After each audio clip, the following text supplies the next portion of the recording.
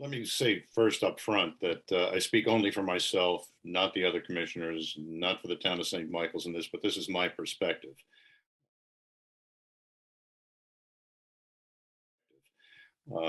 It came up, as I recall, as an issue of being able to identify exactly who is doing business in town and what type of business, what kind of materials they store on site.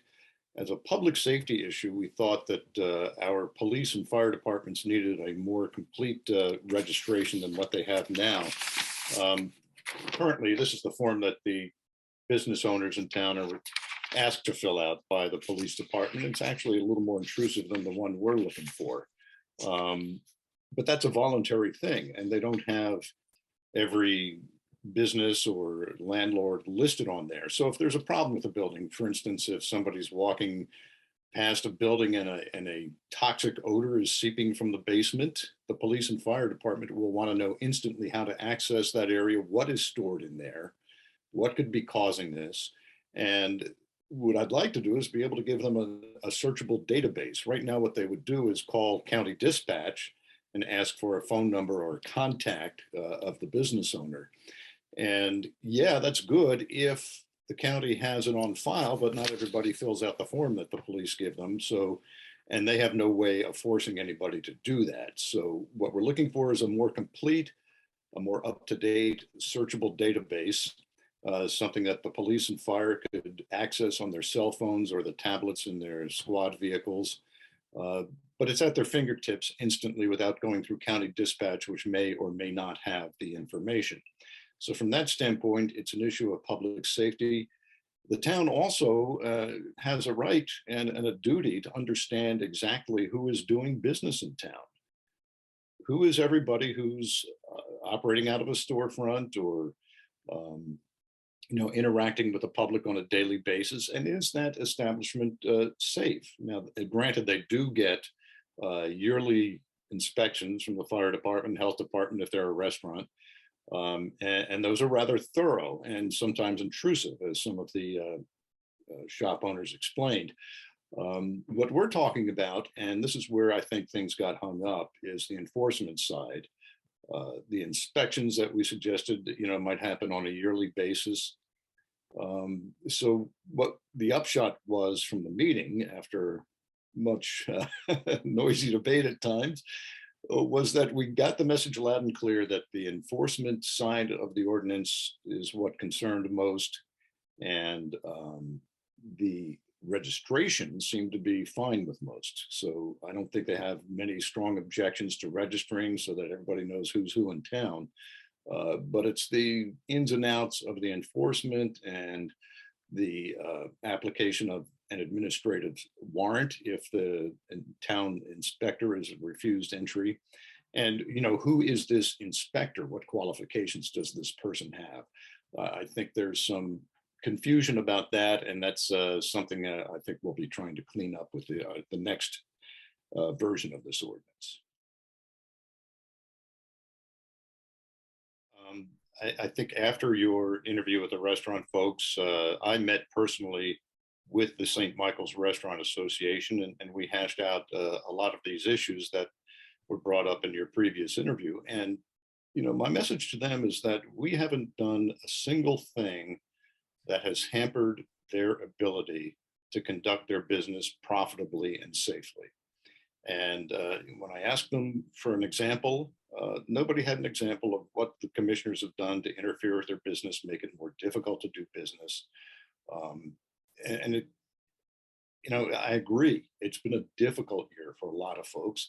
Some have done better than others. One of the restaurant owners received $1.3 million in PPP loans, and a lot of them have held their noses above the water, so to speak, and been able to survive, much to their credit and hard work. Um, and the town came together to help them out during that process as well. I mean, the residents of the town, we all, including everybody on my block, tried to get takeout food from all of the restaurants as often as possible when they were shut down by the governor, and people were not allowed inside the restaurants to dine. So the town came together, and I think we did a pretty good job of helping support them through that rough time. They got government aid. That's not to say everybody fared as well as everybody else. Some are still struggling, and we acknowledge that. But we are not doing anything, I feel, that would interfere with their ability to make a living and conduct their business as they've always had. The only element that comes into play here that's a little bit different is the notion of enforcing the town code. We just spent the last 2.5 years and a couple of $100,000 rewriting our town zoning code.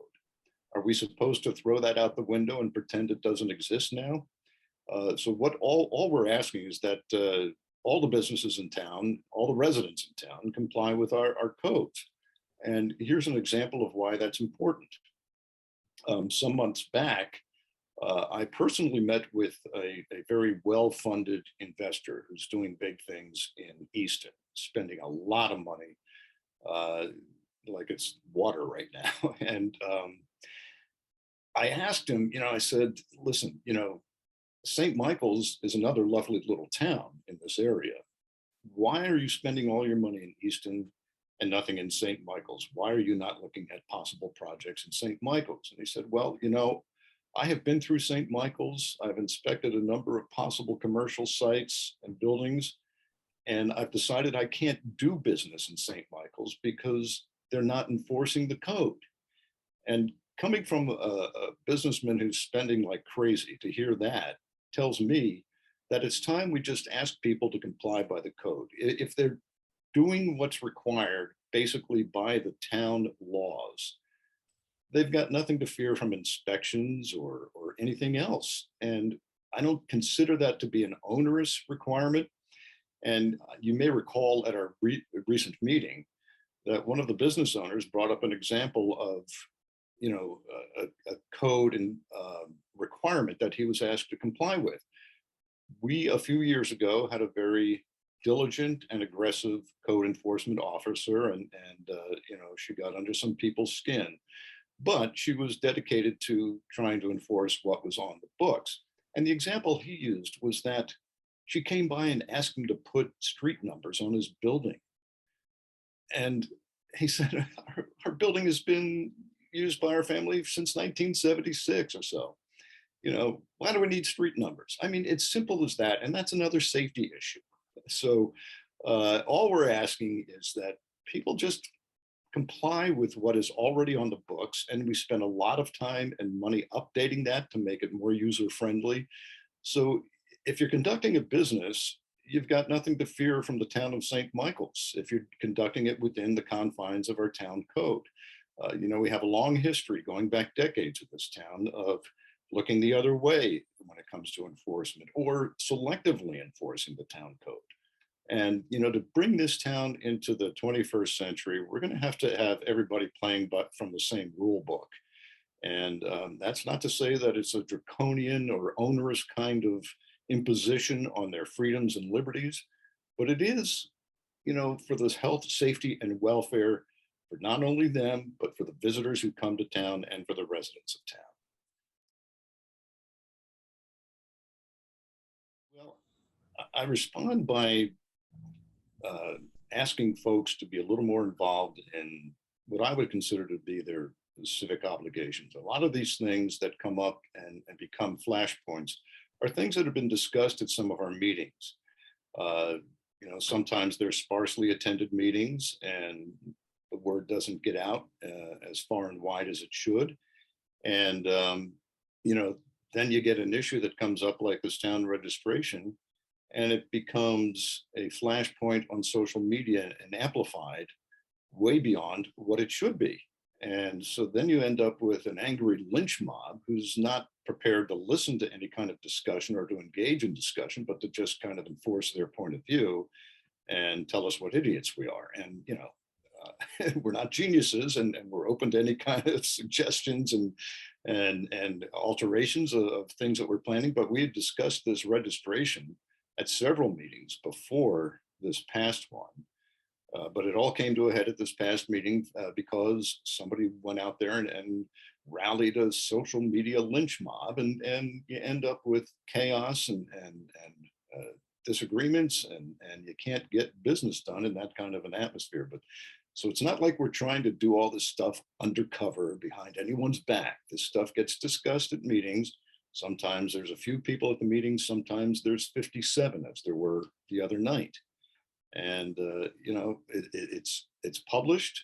We try to get this information out as much as possible. I think we had a marketing communications audit, and became clear to us that we are not doing a good enough job of informing the public, and I'll agree to that. I mean, I think we do have to do a better job of keeping the public better informed. We put out a newsletter about a month ago, just to update people on everything that's going on in town. And I think we need to do that more frequently, if not monthly or bi-weekly. But it is an issue, and I don't say that the commissioners are totally innocent in that. We've got to do a better job of getting the message out.